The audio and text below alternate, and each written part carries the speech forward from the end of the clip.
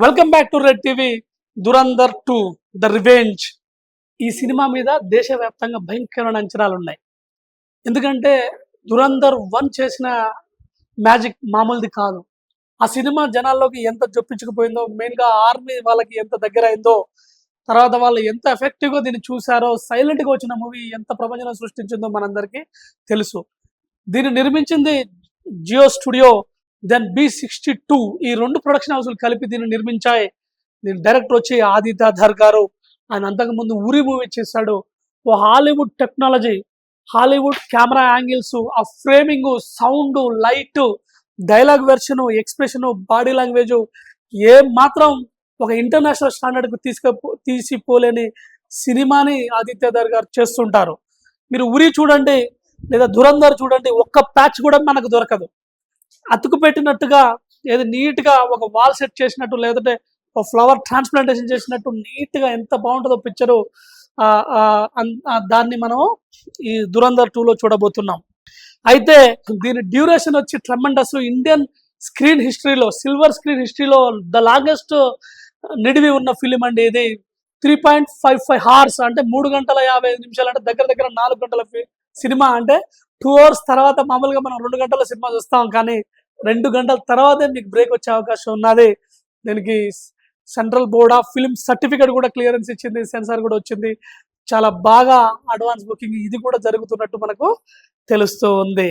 So దీనికి సంబంధించి musician శశావత్ Sachdev, DOP వచ్చి వికాస్ నవలాఖా, దెన్ ఎడిటర్ వచ్చి శివకుమార్.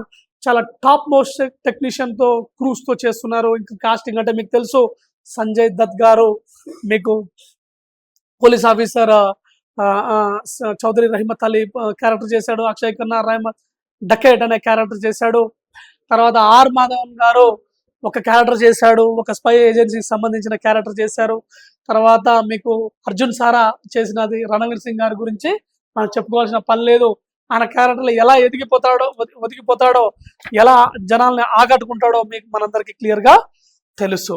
అయితే ఈ కథ విషయానికి వస్తే, అంటే మనకు సెన్సార్ నుంచి ఉన్న ఇన్ఫర్మేషన్ ప్రకారం సబ్జెక్ట్లో కొన్ని లైన్స్ ఉన్నాయండి, ట్రాక్స్ ఉన్నాయి. దాని విషయానికి వస్తే మనకు హంజా ఈ క్యారెక్టరు ఇంతకు ముందు ఆయన హిందూ ఒక ఆపరేషన్ మీద పాకిస్తాన్ వెళ్తాడు. ఐఎస్ఐ ఏజెంట్ని పట్టుకొని రమన్ డకాయత్ని క్లోజ్ చేసి ఆ బ్లాక్ మార్కెట్ తర్వాత ఆ మాఫియాని తన కంట్రోల్లో పెట్టుకోవడం కోసం వెళ్తాడు. ఇది మన దురంధర్ 1లో చూసాం. సో దురంధర్ 2లో అసలు ఈయన ముస్లింగా మారడానికి కారణం ఏమిటి, పాకిస్తాన్ వెళ్ళడానికి కారణం ఏమిటి, ఒక హిందూ పర్సన్గా ఈయనకు వ్యక్తిగతంగా జరిగిన నష్టం ఏంది, ఎందుకు ఈ విధంగా చేశాడనేదే దురంధర్ 2 కథ అని తెలుస్తుంది. జస్కిరాజ్ సింగ్ రాంఘీ పేరుతో ఉన్న ఈ వ్యక్తి మనకు హంజా అలీ మజారీ అని ఎందుకు మారాడు అనేది దీని కంటెంట్గా తెలుస్తోంది.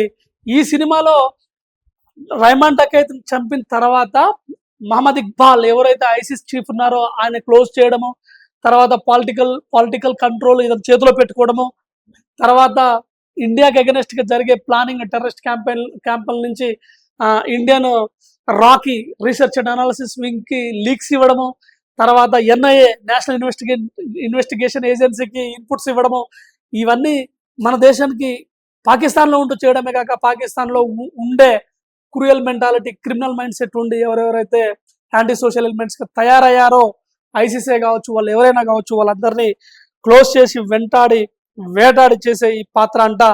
సో ఇది ఎంతవరకు జనాన్ని ఆకట్టుకుంటుందో, ఎన్ని ఓటీటీ కలెక్షన్స్ చేస్తుందో. ఎందుకంటే ఇది pan India movie, Dhurandhar pan India movie కాదండి, అది హిందీలో మాత్రమే వచ్చింది.